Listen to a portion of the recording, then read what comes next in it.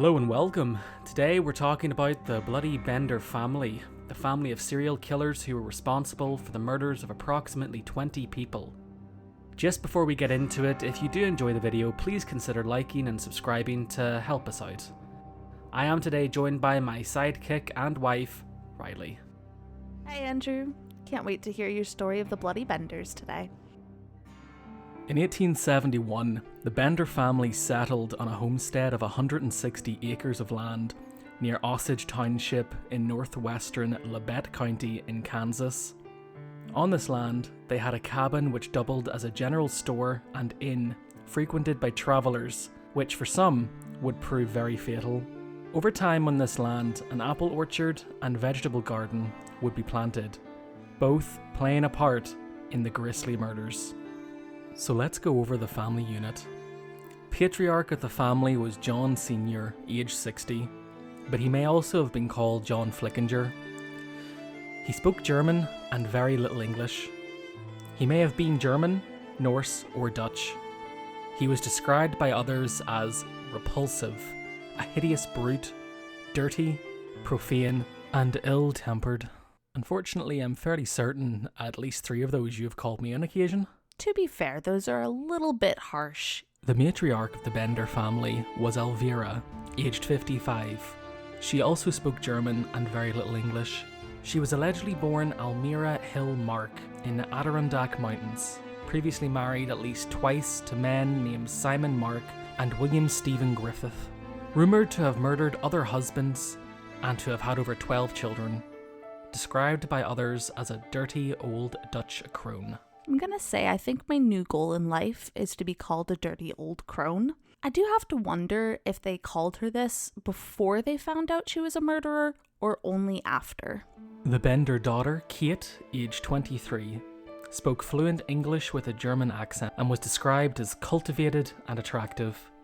She was a self-proclaimed healer and psychic medium. She sold these services to bring in income for the family. She advocated for what she called free love, by having an intimate relationship with her brother, proclaiming her right to do so by stating, "Shall we confine ourselves to a single love and deny our natures their proper sway, even though it be a brother's passion for his own sister? I say it should not be smothered." You know, usually I think it's an admirable thing to stick to your virtues, but maybe not in this case. I think this is something that maybe shouldn't have been proclaimed quite so proudly. But the thing is, she did proclaim it, and yet people still flock to her. But if we just move past with the sleeping with your own brother thing, I think there's a lot more to unpack here. The Bender son, John Jr., aged 25, described as handsome, he also spoke fluent English with a German accent. However, he gained a reputation as a half-wit, as in public he would begin laughing at seemingly nothing.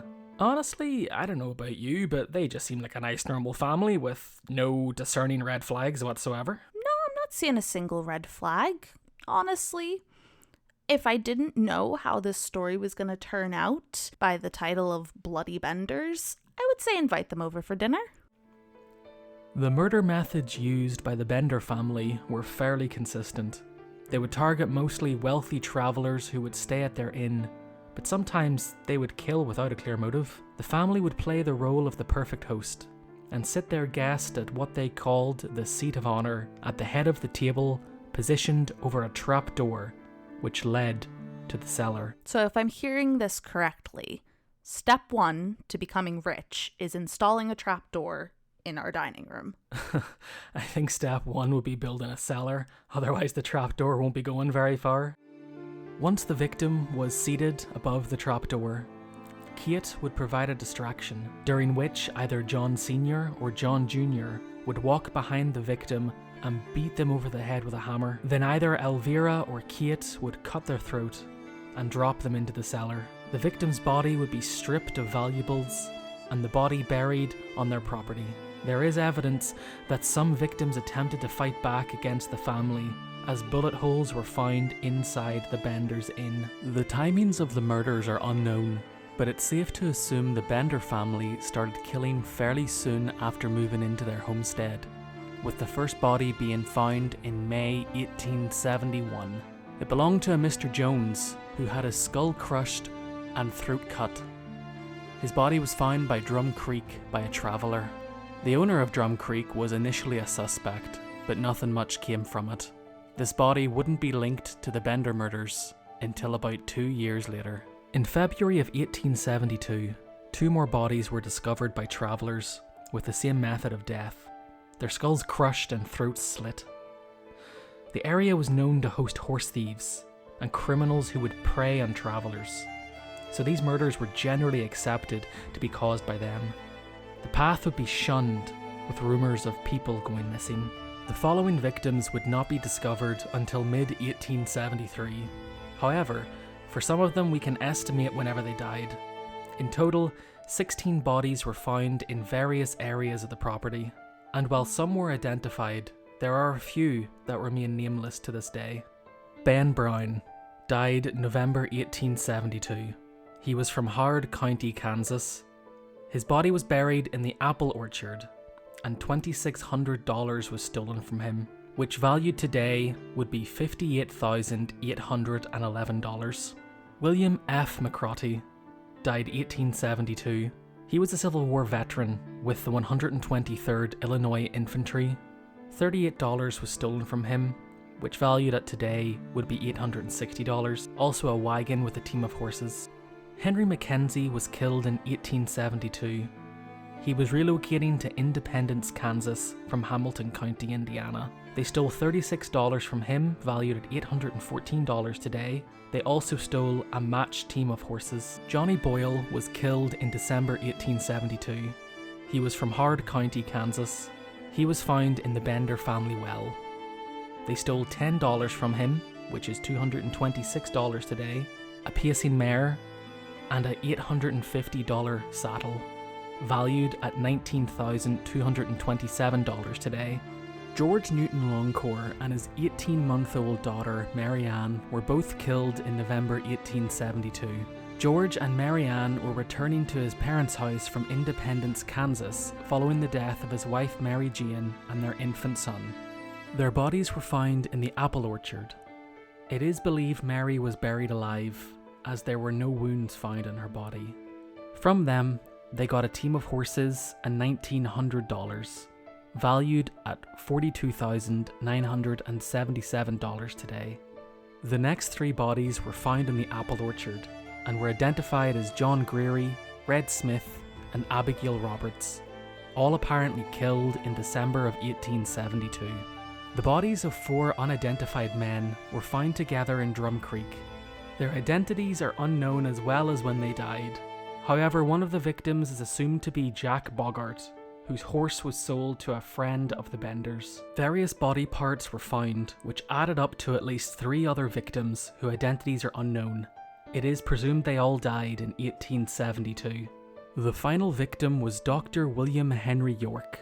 He died in March of 1873 and was found in the apple orchard. $2,000 had been stolen from him, valued at $45,239 today. The disappearance of whom would lead to the exposure of the crimes of the bloody Bender family. Following the disappearance of George and his daughter Mary Ann, Dr. York, who was also their former neighbour, set out on a search for them. On March 9th, he came out from Fort Scott on his way home after failing to find them, but he would never arrive home. This triggered his 2 brothers, Ed and Alexander, the latter of whom was a colonel in the US Army, to begin a search. Accompanied by 50 men, they set out to look for Dr. York. Alexander York arrived on March 28, 1873 at the Bender's Inn, where it was suggested that Dr. York had run into trouble with Native Americans.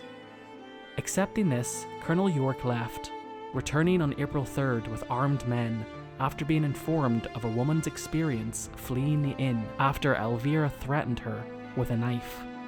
During a town meeting with the Osage community, at which Alexander York, John Bender Sr., and John Bender Jr. were present, the town determined that a warrant for all of the homesteads in the area was necessary.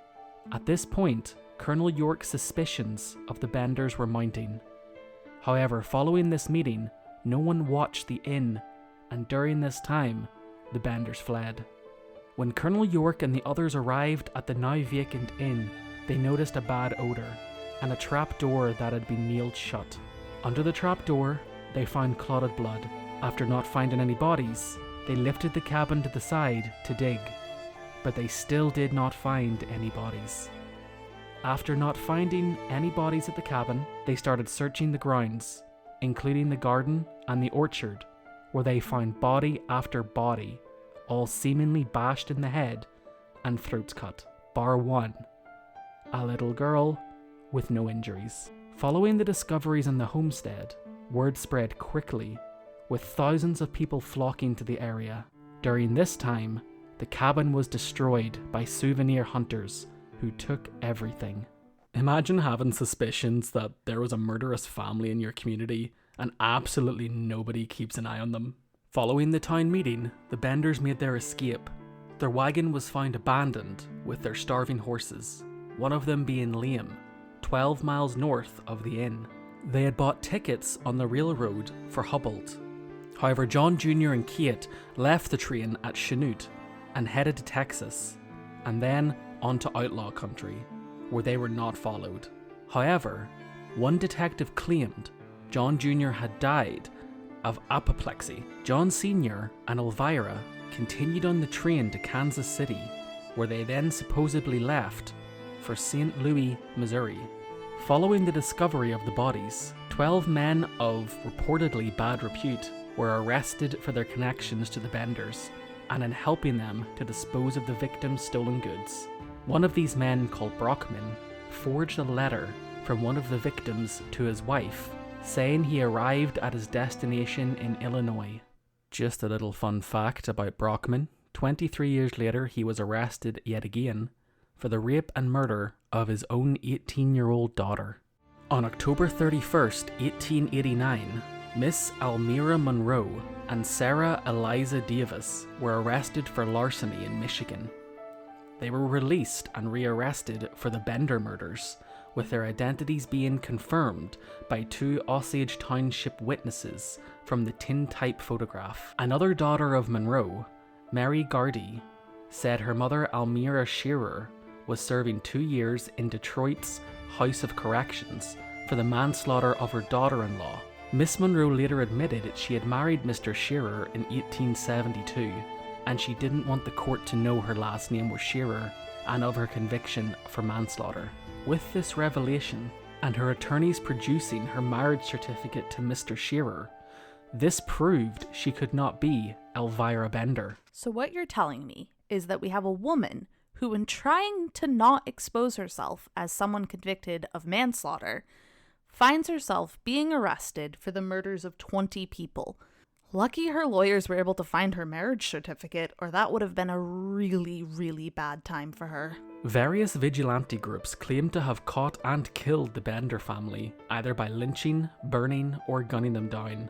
But no one ever claimed the $3,000 reward, even with people searching on and off for 50 years following the murders. Another popular theory was that the Benders were able to escape together and set up in Oak City, Kansas, where they took on the name Kelly and continued their murderous life as the Kelly family. And so we come to the end of the crimes of the Bender family. Or is it the beginning of the Kelly family? Which, as it so happens, will be the next stop on our travels through true crime. Thank you very much for watching, everyone. Thank you, everyone. I will see you next time. See you next time.